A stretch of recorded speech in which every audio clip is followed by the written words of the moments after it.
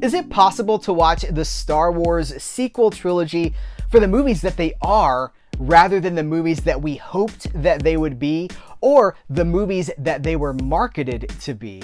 That's my goal with this experiment, is to rewatch the Star Wars sequel trilogy and separate them from all of the expectation, all of the online debate, the anger, the outrage, even the marketing, because that marketing was crucial. The marketing promised to take us back to a galaxy far, far away that we knew when we were kids. It also promised to finish the story of the Skywalker saga that began in 1977. So, I haven't thought about these movies in years. I haven't watched these movies in years. I want to go in as clean and as blank as possible. Now, I will give you a little bit of backstory here. I am of the original trilogy generation. I grew up with the classic trilogy, had them on VHS.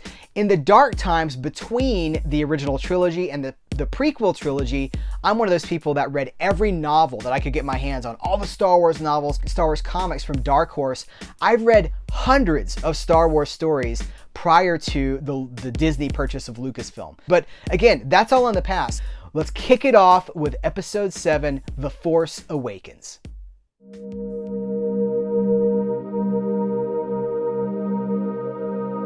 All right, one down. I just finished The Force Awakens. I gotta say, I've always wanted to really connect with the movie, and I never have before. This viewing, I really connected with it. This is a great movie. This is great Star Wars. It's a great movie. It's all this potential, right? That was yet to be really explored, or people were yet to be disappointed. Everybody loved The Force Awakens when it came out. Again, I kind of struggled with it. I saw it opening night, or it was like whatever the first preview night was that you could actually, I was the first time you could see The Force Awakens, I was there. What I remember about that experience is my daughter crying. There's spoilers for this, by the way, okay? My daughter crying when Han Solo died. That's my memory, is that a character that Han Solo was her favorite character in Star Wars. Her being so upset at what happened in the movie. I took a few notes. Kylo Ren is really cool. I forgot how cool Kylo Ren is in this movie. He's so like ominous and intimidating, but there's that vulnerability. I love the idea of like, I feel myself being pulled to the lights again. He's talking to his grandfather. He's talking to the helmet of Vader. That's really, really cool.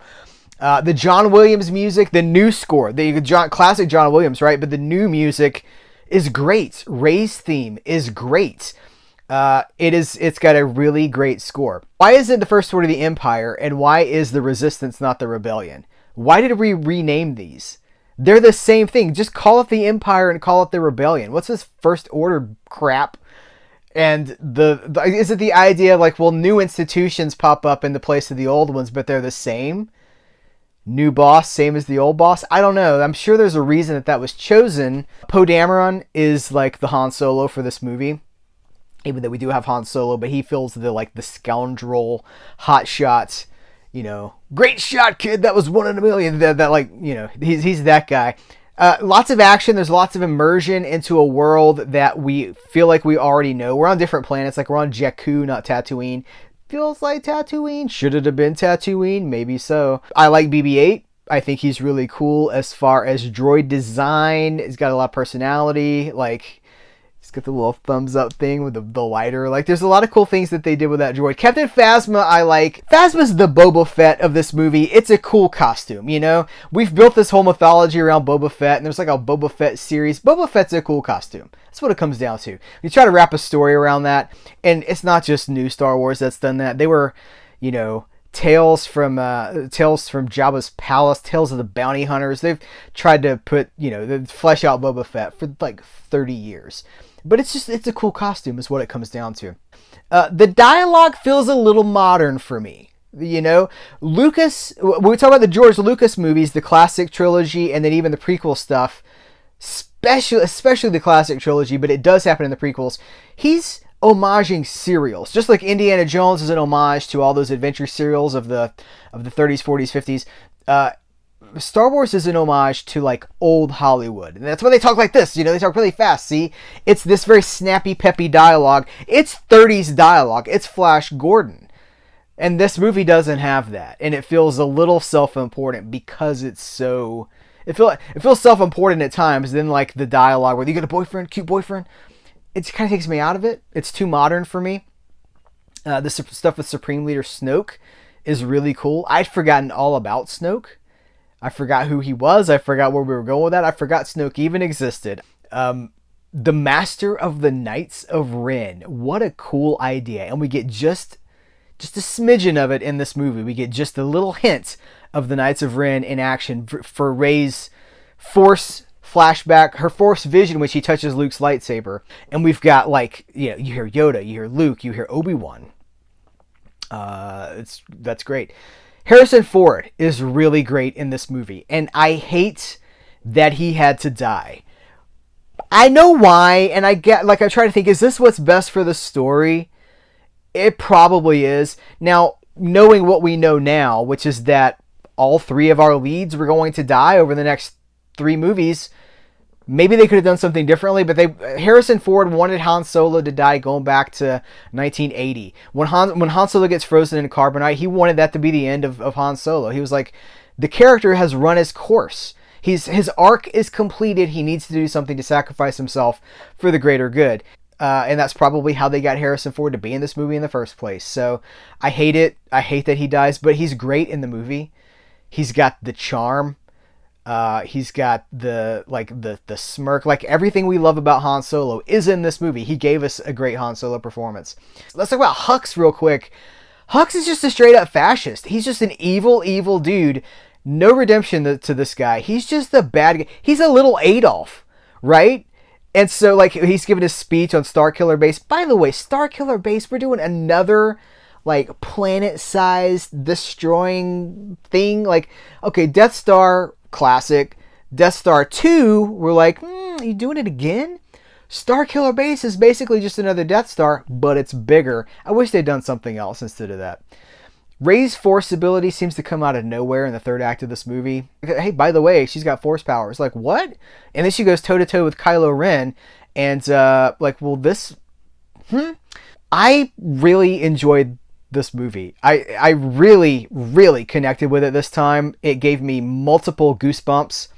And I know it's about to get more controversial. But what a great way to start a trilogy. And it really... It reminds me of the things that I love about Star Wars. I just hate that we didn't get, Luke, Han, and Leia together.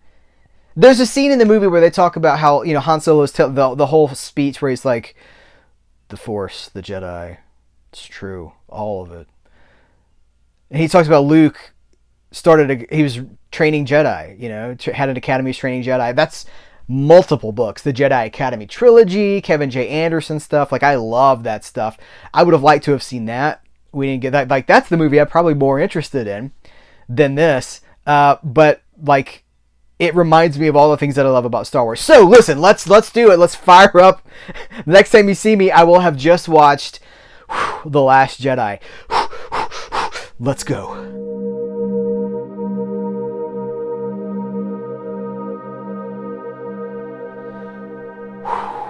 Years ago when I first saw this movie, and I think I've only seen it one time. I think once was enough for me. I wrote something for CerealAtMidnite.com, basically why The Last Jedi is good for Star Wars. And my talking points were a lot of the talking points that people use when they defend this movie. It breaks the mold. It does something different. It gives, Luke has a crisis of faith. This movie, in the months after that, I started to back away from that. I was like, you know what? I don't know if I feel that way anymore. And now years later, I think I'm kind of in the middle, having just watched the movie again. By the way, I am watching I'm recording this moments after finishing The Last Jedi. I'm not doing this like a day later. I just finished the movie. I think for the second time ever.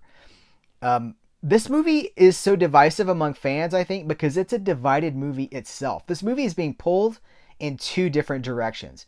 It is not a cohesive, smooth story.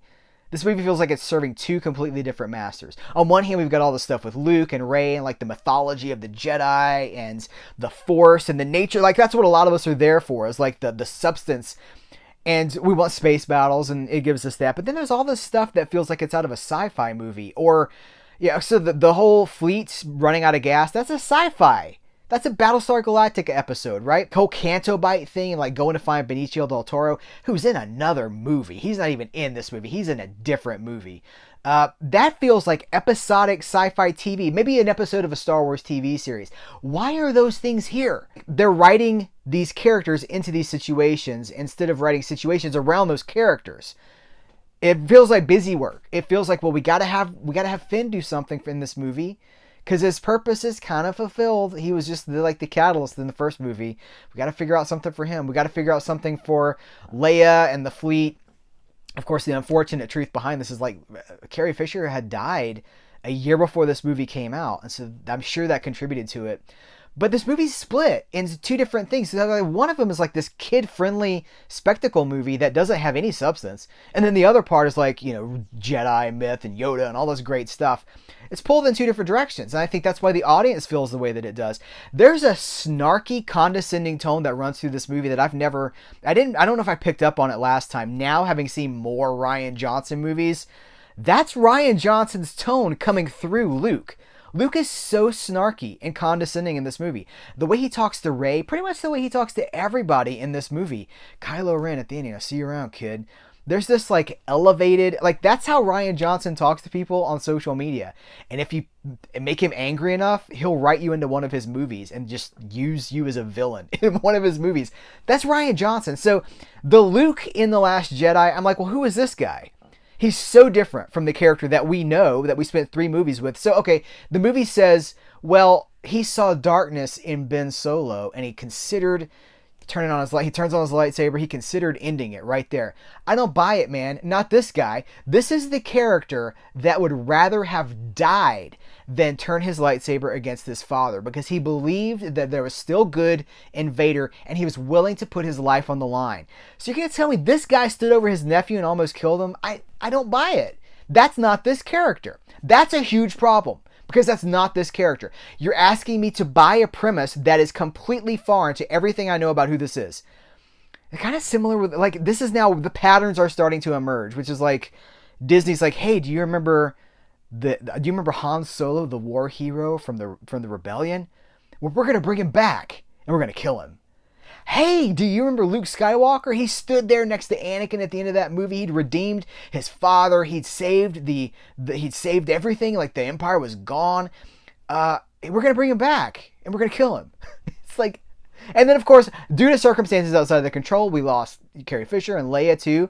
There's an air of tragedy and darkness and sadness that hangs over these movies that was kind of hinted at in the first one, but it still had this really, like, triumphant, propelling tone. This movie is very dark, and I don't mean dark in an Empire Strikes Back way. Kind of dark in a, like, hey, everybody you love is dead. That kind of a darkness. I've got notes, guys. The phone prank on Hux. That's not Star Wars. That's modern. That's a modern, humorous, like, that's an Adam Sandler movie or something. That's not Star Wars. Why doesn't the movie start where we left with Rey holding the lightsaber out to Luke? Why don't we start there? We gotta go through a space battle first. Maybe it's because there's so much in this movie that they gotta make room for the space battles, because there's not actually a lot of space battle in the film. There's something here that I do want to talk about, which is the idea that new generations pick up the struggles of the previous generations.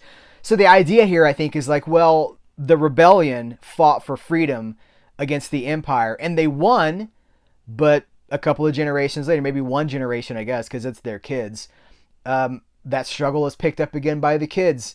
But that's like reality. That's not Star Wars. Star Wars is fantasy. Star Wars is space opera. Star Wars is closer to J.R.R. Tolkien and The Lord of the Rings than it is to science fiction or to real life. We're talking about myth. We're talking about, again, Joseph Campbell's Hero with a Thousand Faces. We're talking about Beowulf. You know, we're talking about the campfire stories. Reality doesn't really enter into it. These are larger than life stories.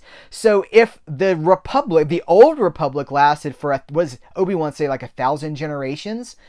The New Republic lasted for 30 years before it had problems again. It had to be saved again. That's a problem for me. I do love the character progression of Kylo Ren. I love that there are echoes of Return of the Jedi when they're in Snoke's throne room, which is red and looks a lot like the Emperor's throne room from Return of the Jedi. And Snoke is like torturing Rey. He's got her like force levitating, and he's going to have Kylo kill her. And then, like, that's all straight. It's like an echo of Return of the Jedi. And I really like that. It was great to see Yoda again. I like that he's like the silly old man Yoda, because we haven't seen that guy. You know, we had the prequels, but he was very serious, begun the Clone Wars have. This was like the fun, goofy, like the lighthearted elder Yoda. And it's great to see him again. And he says something, the line that he gets to deliver about students and about the struggle of the teachers. We are what they grow beyond. That is the burden of all masters. That is beautiful. That is one of the best lines of the movie. I think it's absolutely true. I think a lot of educators can deal with that or like relate with that. But the movie just feels so long. It just keeps going and going. This feels like a 4-hour movie, and that's because so much of it is not rooted in character. It's rooted in situations that are just filling time. It's not rooted in growing. What do we know about Finn at the end of this movie that we didn't know about him before? What do we know about Poe? It's Rey's movie and it's Luke's movie and it's Kylo's movie. But there are so many ancillary characters and they add characters. We got Rose now. What do we know about her? Like, we've got to service her character too. It's just an awful lot. And I feel like, Rian Johnson was writing this movie at the same time that J.J. Abrams was working on The Force Awakens. So he had not seen that movie. And I think you can tell this does not feel cohesive. This does not feel like a natural conclusion or the natural next step in a trilogy. Going to the last scene of the movie. First of all, Poe and Rey don't even meet until the last scene of the movie. They've been in 2 movies together. They are 2 of the 3 main characters of this new trilogy, and 2 of those characters don't even meet until the last 5 minutes of this movie. And then there's this cutaway to this Force-sensitive boy on Canto Bight sweeping up, and then he looks to the stars, and it's like, oh, that's the birth of the rebellion, the next generation of the rebellion. By the way, we've switched from the Resistance, now it's the rebellion. Why wasn't it the rebellion to begin with? But I think that this movie reflects Rian Johnson's auteur nature. And I think the things that we connect with about it, it's because he is an auteur director. He's a director with a statement, with a tone, with a vision. I don't know that those things serve a trilogy. None of the Star Wars movies before this had an auteur at the helm. Now, George Lucas, of course. But there's so much of Rian Johnson coming through here. It feels like a Rian Johnson movie more than it feels like a Star Wars movie. And I think that's always going to sit weird in a 9-movie cycle where only one of them has that feeling. So, that's what I got to say about The Last Jedi. I like aspects of it. I get why it's such a divisive movie, because it's a divided movie. So, all right, let's finish this thing. The Rise of Skywalker. Let's go.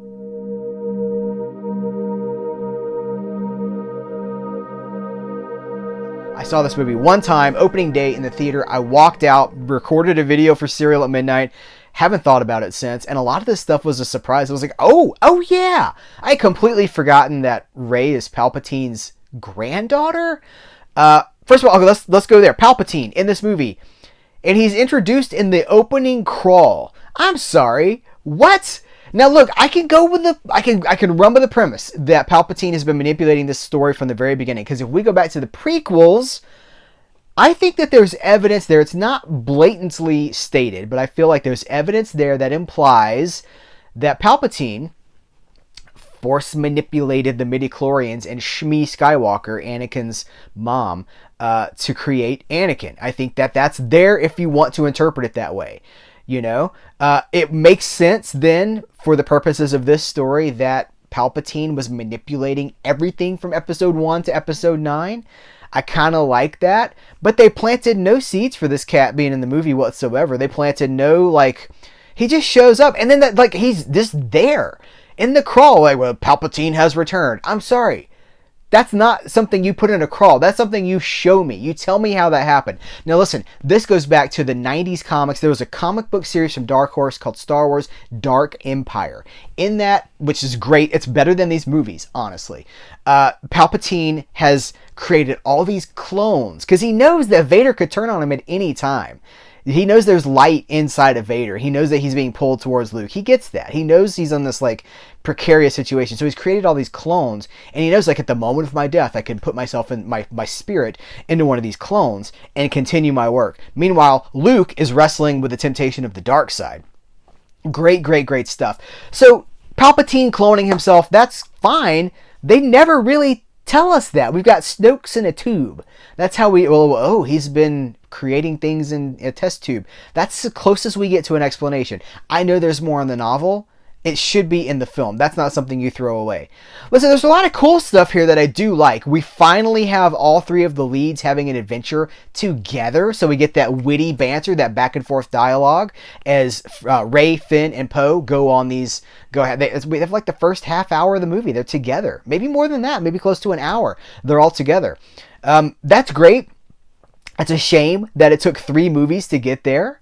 That's poor planning. I think this whole trilogy, I'm going to tip my hand here because I have now watched all 3 movies again back to back, which I've never done before. This feels very hastily put together. It feels very messy. It does not line up. It does not have a classic storytelling feeling. It feels very almost like it was an afterthought. And I think probably it was. What we know is that Bob Iger pursued George Lucas for Lucasfilm for a long time. George Lucas finally sold Lucasfilm to Disney, and he thought that he was also selling them the story for 7, 8, and 9, which was going to be about Darth Vader's grandkids and all this. It's all on the internet. It's interesting. Would that have happened? I don't know. But he shows up at the story meeting. He walks in the room. It's Bob Iger, Kathleen Kennedy, and J.J. Abrams sitting at a table, and he's like, "All right, well, let's break the story. Let's work on the story." And they're like, "Well, we've already done it. We've already got it. You're not needed here." And this is in Bob Iger's book. You can go read this. It's really, really sad. I think Disney saw this as IP, and they set a date in front of J.J. Abrams, and they're like, "Hit this date." That's not how you create good art.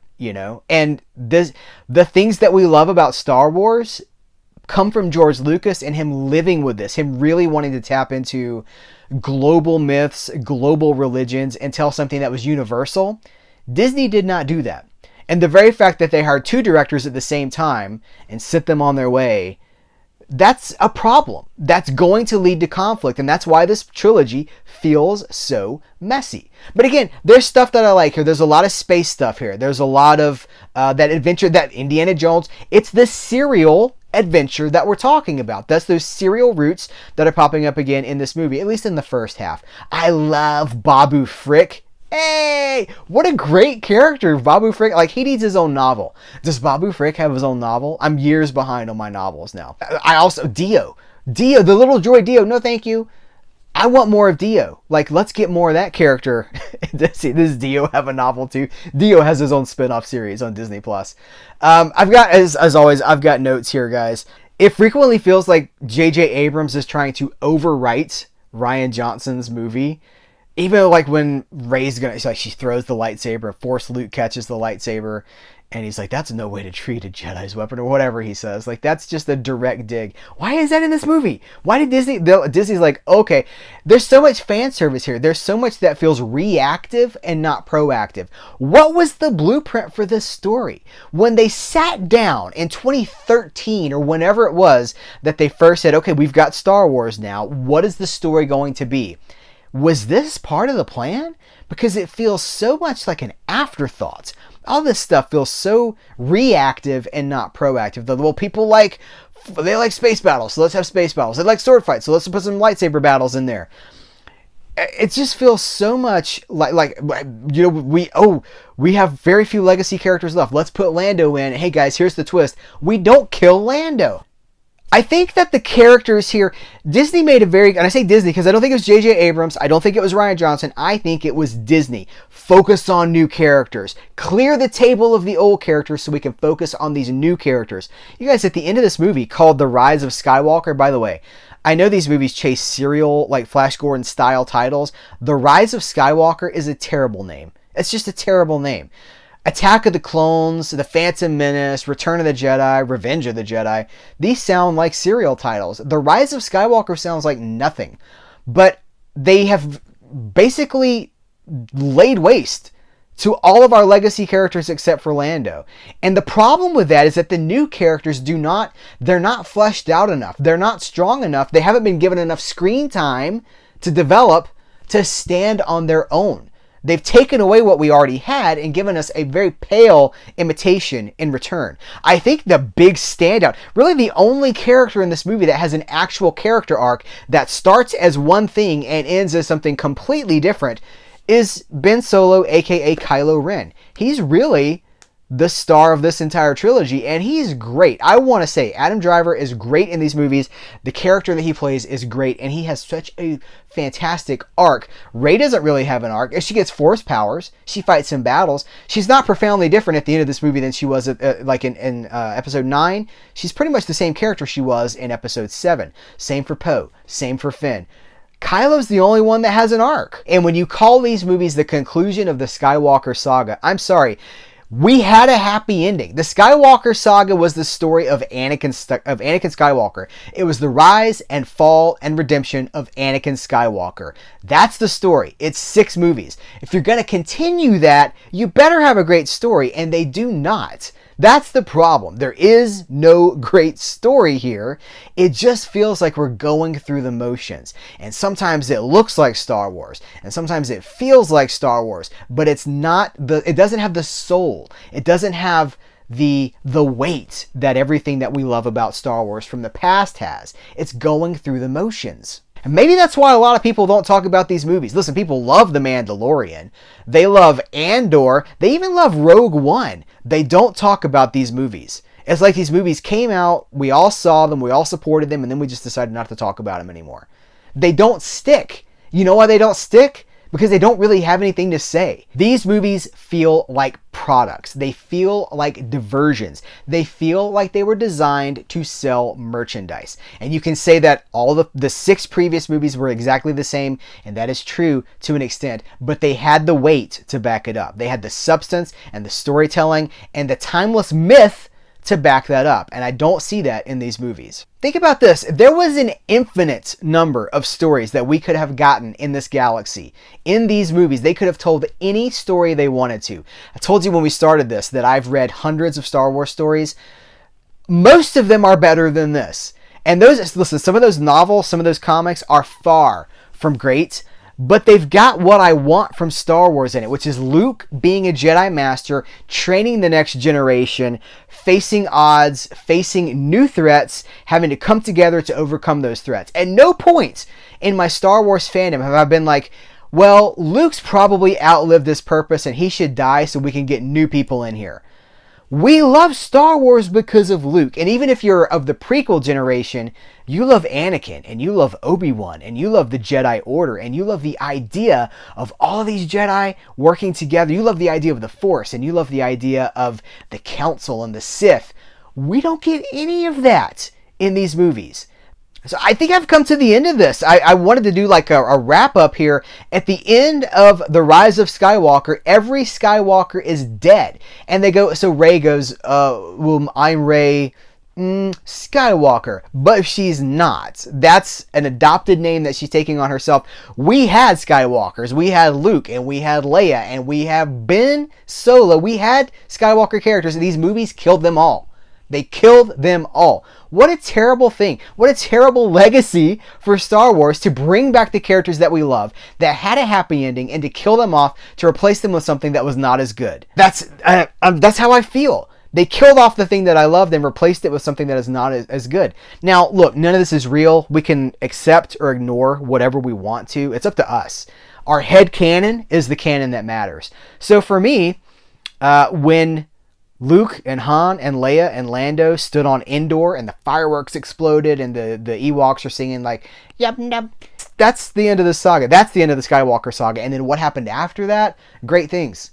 They made a huge difference in the galaxy. They built the New Republic. They rebuilt all of the communities, all the planets that had been devastated by the Empire. They put them back together. And it didn't happen overnight. And there were certainly threats. But they worked together to make a better galaxy. That's the story I would have liked to have seen. Not this. This is what we got. I don't know when I'm going to watch these movies again, guys. That's it. So was I wrong? I'm not going to say we. This video is probably titled, Were We Wrong About Star Wars, the Sequel Trilogy? I don't think I was. Don't think I was. I think that these are really problematic movies that feel like exactly what they are, and that's an afterthought.